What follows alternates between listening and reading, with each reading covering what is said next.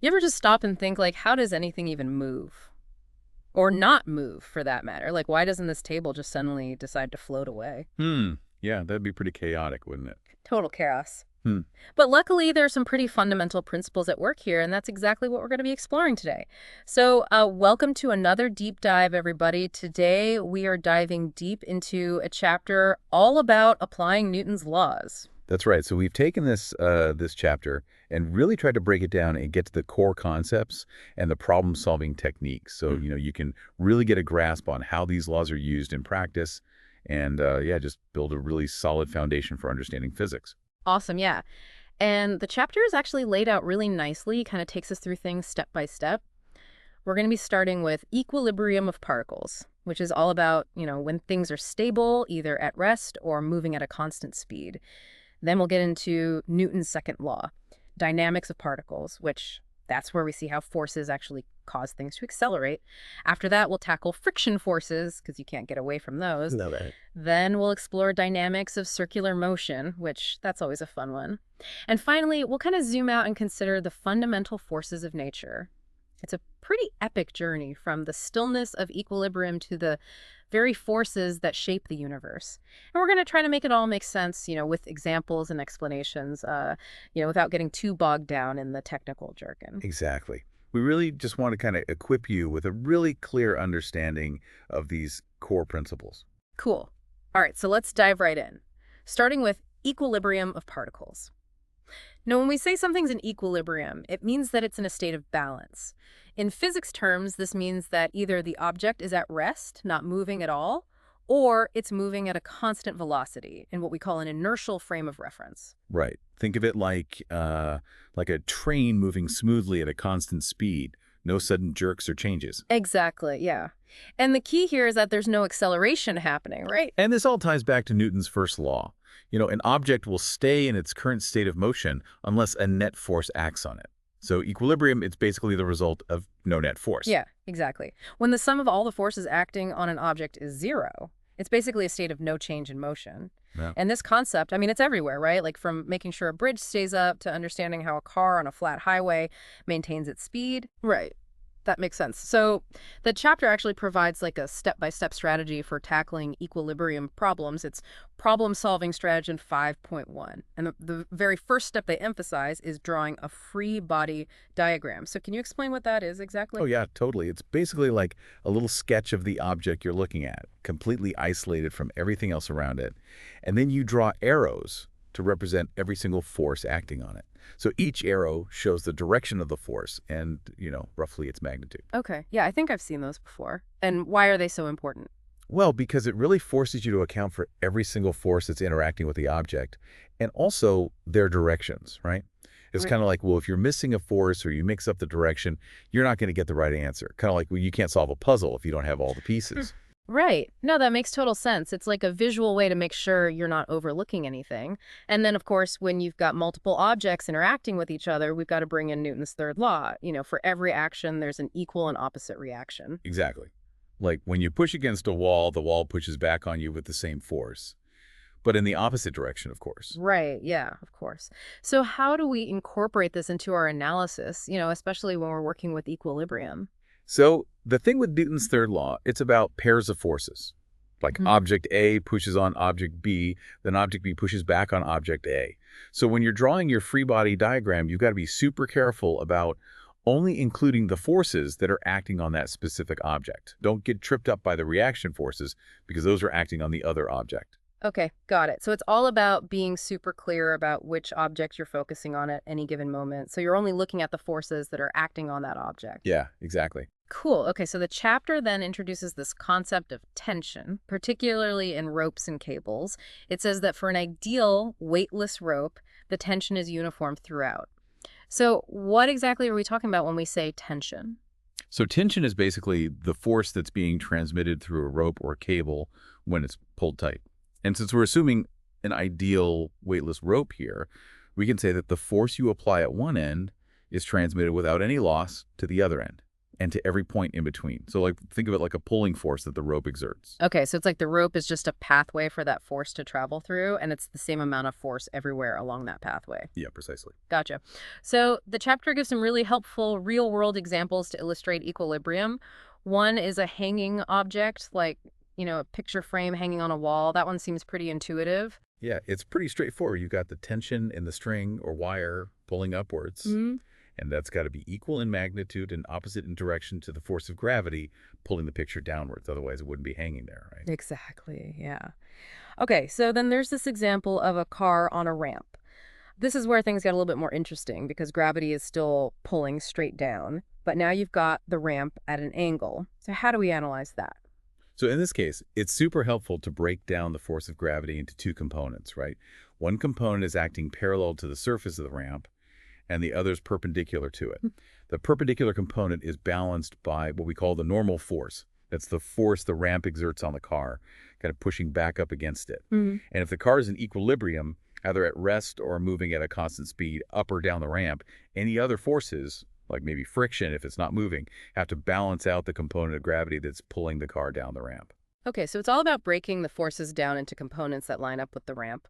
And then the last example they mention is engines being suspended by chains.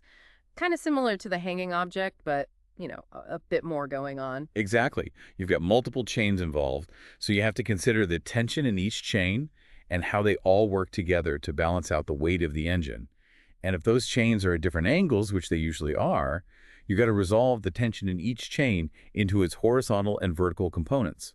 So the vertical components got to add up to equal the weight of the engine, and the horizontal components, well, those got to cancel each other out for the engine to be in equilibrium. So you end up with a system of equations to solve. So basically, the key for these more complex equilibrium problems, especially those involving two dimensions, is to break down the forces into their x and y components. Right. Yeah, exactly. By doing that, you essentially take this vector equation, the net force equals 0, and you turn it into two much simpler equations, one for the x direction and one for the a direction. Wow. And those are way easier to work with, algebraically speaking, when you're trying to solve for unknowns like the tension in a cable or the angle of a support beam. Okay, that makes a lot of sense. It's like taking something complex and breaking it down into my more manageable pieces.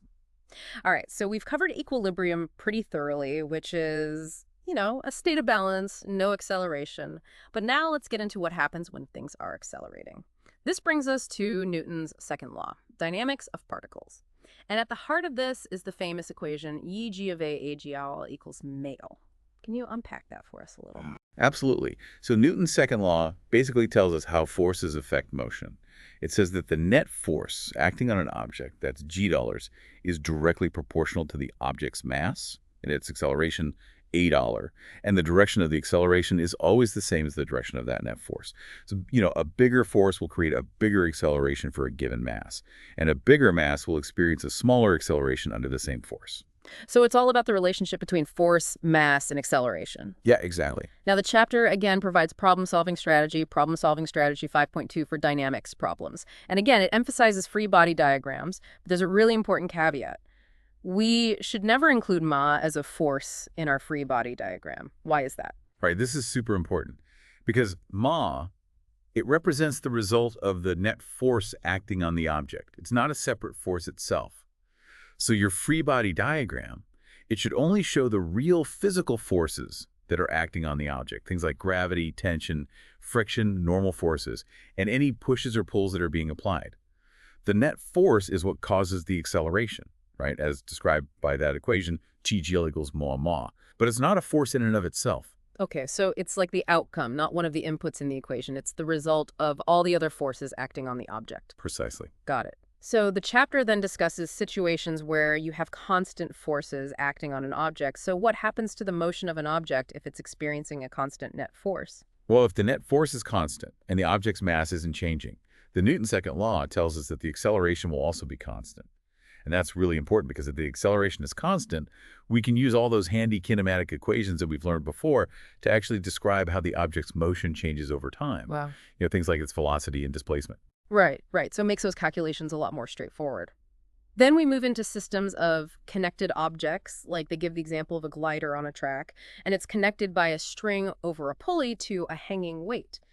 What's the main thing we need to keep in mind when we're analyzing these systems? Well, the key thing is that the motions of the connected objects are linked, right? They're constrained. Yeah. So if that hanging weight goes down a certain distance, the glider has to move horizontally by the same distance. This means they're both going to have the same magnitude of acceleration. So usually what you do is you draw a separate free body diagram for each object. Then you apply Newton's second law to each object individually. The tension in that connecting string, that acts as an external force on each object, and it's the same throughout the string. Okay, so it's kind of like analyzing two separate problems but linked together by that common tension. And one thing I noticed is that in these accelerating systems, tension and weight, they aren't always equal anymore, like they often were in our equilibrium examples. Why is that? Right. That's because in equilibrium, there's no net force. Yeah. Right. So things like tension and weight, they often perfectly balance each other out. But in an accelerating system, well, there is a net force. Like think of the hanging weight. If it's accelerating downwards, the force of gravity, its weight, has got to be stronger than the tension pulling up on it. If they were equal, there would be no net force, and the weight wouldn't accelerate. And same thing for the glider. The tension in the string is what's pulling it along and causing it to accelerate. So in dynamics problems, those forces are unbalanced, which is why we see acceleration. Got it. So the key difference is whether or not there's a net force causing acceleration. Okay, so now let's bring in a force that we deal with constantly in the real world, friction. Section 5.3 dives into this. So basically, what is friction? So friction is this force that acts between two surfaces that are in contact, and it always acts in the opposite direction of motion, or the direction that the object would move if friction wasn't there. It's basically resisting that relative motion between the surfaces. Okay, so it's like a force that's always trying to slow things down or prevent them from moving in the first place. Exactly. And we learned about two main types of friction, kinetic friction and static friction. So let's start with kinetic friction, or 5K dollars. When does that one come into play? Kinetic friction happens when two surfaces are already sliding past each other. And we find experimentally that the force of kinetic friction is proportional to what we call the normal force. That's the force pressing the two surfaces together. The proportionality constant is called the coefficient of kinetic friction, Tauberi-Dollar, and that depends on the types of surfaces that are in contact. Okay, so the rougher the surface is, the higher the coefficient of friction. Right, exactly. And the formula for kinetic friction is 5K = Monk-Air, where Nern's in the normal force. And usually for a given pair of surfaces, that coefficient of kinetic friction is pretty constant over a range of speeds. Got it. So what about static friction, Bunk? What's the deal with that one? So static friction acts between two surfaces that are touching, but they're not actually sliding past each other. But there might be a force trying to make the move. Like imagine you're trying to push a really heavy box across the floor, but it's not budging yet. Yeah, I've been there. The static friction force is what's preventing it from moving initially. It's acting equal and opposite to the force you're applying up to a point. And unlike kinetic friction, the force of static friction, it's not constant. It can be anything from 0 up to its maximum value, which we get from the equation 4s max and pus, where mortis is the coefficient of static friction. Now, if the force you're applying becomes greater than that maximum static friction force, well, that's when the box finally starts to move and the friction switches from static to kinetic. Okay, so static friction is kind of like this adaptable force. It pushes back just hard enough to keep things from moving until you overcome that maximum limit. And then it's game over for static friction, and kinetic friction takes over. Yeah, that's a great way to put it. Cool. And the chapter also mentions that usually that coefficient of static friction, a nullo, is greater than the coefficient of kinetic friction, upperclass. So what does that mean in practice? So that basically means that it usually takes more force to get an object moving from rest than it does to keep it moving at a constant velocity once it's already sliding. Think back to that heavy box. It takes a lot of effort to get it started, but then it's a bit easier to keep it going. Right, that definitely rings true. I've definitely experienced that. So the chapter also briefly talks about rolling friction, which has its own coefficient Mardeller's. How does rolling friction compare to static and kinetic friction? So rolling friction is that force that opposes the rolling motion of an object. And in most cases, it's way smaller than static or kinetic friction for similar surfaces. That's why things like wheels and ball bearings are so useful, right? It's way easier to move a heavy object by rolling it than by sliding or dragging it. Right, absolutely. Okay, so let's apply this knowledge about friction to some examples. Like, say we have a crate that's being pulled across a floor. What forces do we need to consider now that we've got friction involved? So you've got the force that's pulling the crate acting in the direction of the pull. Then there's the weight of the crate, always acting straight down due to gravity, and the floor is exerting an upward force on the crate, which we call the normal force. And finally, we've got friction, acting horizontally and opposing the motion. If the crate's moving, it's kinetic friction. But if you're pulling on it, and it's not moving yet, that's static friction, and it'll be equal and opposite to your pulling force up to that maximum limit. Okay, so it depends on whether the crate is already moving or not. Huh. What about if we have a toboggan sliding down a snowy slope? How does the incline change things? All right, so for this one, the first thing you want to do is break down the toboggan's weight into two components, one that's parallel to the slope and one that's perpendicular. That perpendicular component is balanced out by the normal force, the force the slope exerts on the toboggan. And the parallel component, that's what's trying to pull the toboggan downhill. Kinetic friction acts in the opposite direction, trying to slow it down. And the difference between that parallel component of the weight and the force of kinetic friction, that determines how fast the toboggan accelerates down the slope. Okay, so the angle of the slope and those components of the weight, they really come into play when figuring out the forces. All right, so we've covered friction pretty well. Now let's move on to a completely different type of motion. Circular motion, which is covered in section 5.4. So we're talking about objects moving in curved paths, going round and round. What exactly is uniform circular motion? So uniform circular motion, it means an object is moving in a circle at a constant speed. And the key word here is speed. The speed stays the same, but the velocity, well, that's constantly changing because direction of motion is changing all the time. And anytime velocity changes, that means we have acceleration. Right, that makes sense. And this acceleration is called radial acceleration, or sometimes centripetal acceleration. And it's always directed towards the center of the circle. The formula is 1 rad is e to r dual. So it depends on the object's speed and the radius of the circle. Exactly. And this acceleration toward the center, that's what keeps the object moving in a circle. And because we have acceleration, we know from Newton's second law that there has to be a net force causing it. And in this case, that net force is called the centripetal force, which is given by 1 metus morad me to r to r. But it's super important to understand that centripetal force, it's not a new type of force. It's just the name we give to whatever force or combination of forces is causing the circular motion. Okay, so it's like a role that a force can play. And the chapter really emphasizes not using the term centrifugal force when we're talking about inertial frames of reference. So can you explain why that distinction is so important? Yeah. So often people think of centrifugal force as a real outward force, like something's pushing the object out from the center of the circle. But in an inertial frame of reference, that is a frame that's not accelerating, the only forces acting on the object are those exerted by other objects. What we call the centrifugal force is really just the object's inertia, its tendency to keep moving in a straight line. It's like when you're in a car turning sharply, you feel pushed outward. But that's not a real force pushing you. It's your body trying to keep moving in the direction it was going.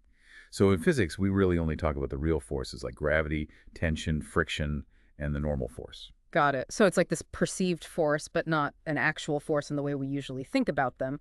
Okay, so the centripetal force, that's always provided by some real force or combination of forces. So can you give us some examples of what can provide the centripetal force in circular motion? Sure.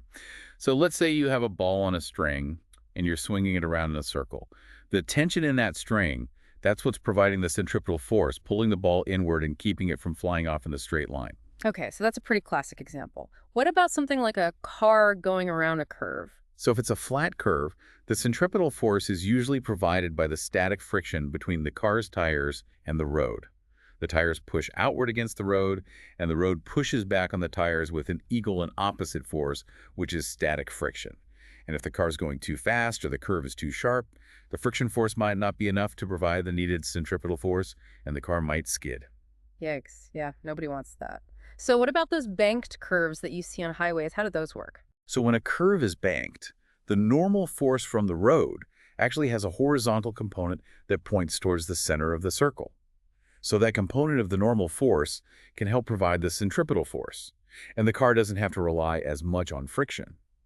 In fact, if the curve is banked at just the right angle for a specific speed, the horizontal component of the normal force can provide all the centripetal force that's needed, and theoretically, no friction is even required. Wow, that's really interesting. So it's kind of like the banking helps the car turn. What about those situations where you have circular motion but in a vertical plane, like a roller coaster going around a loop? Yeah. So in those cases, gravity starts playing a much bigger role, right? So at the bottom of the loop, The normal force from the track has to be greater than the weight of the roller coaster to provide the centripetal force, because gravity is acting in the opposite direction.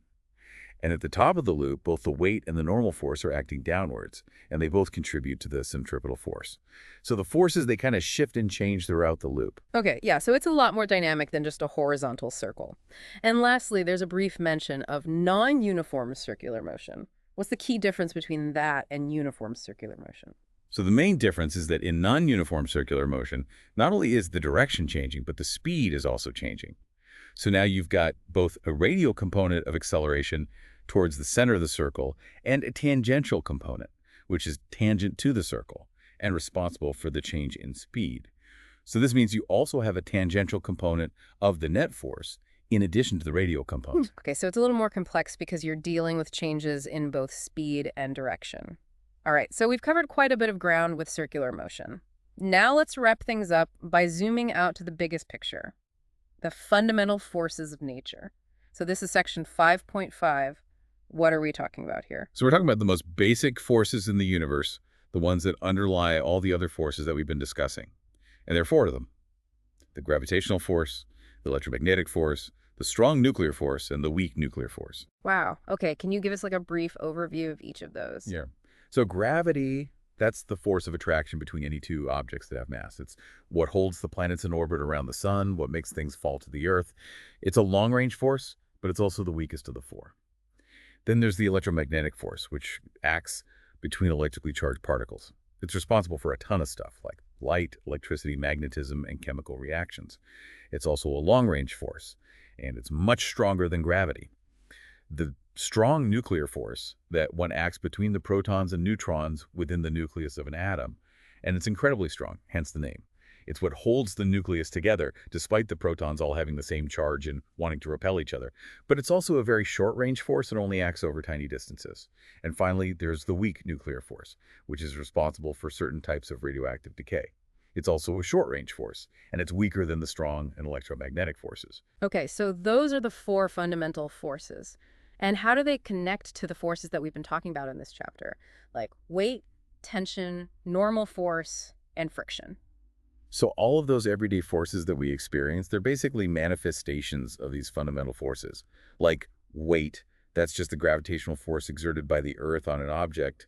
The normal force, tension, and friction, those are all ultimately due to electromagnetic interactions between atoms and molecules. Okay, so it's like these fundamental forces are working behind the scenes, creating all the forces that we see and experience in our everyday lives. Yeah, exactly.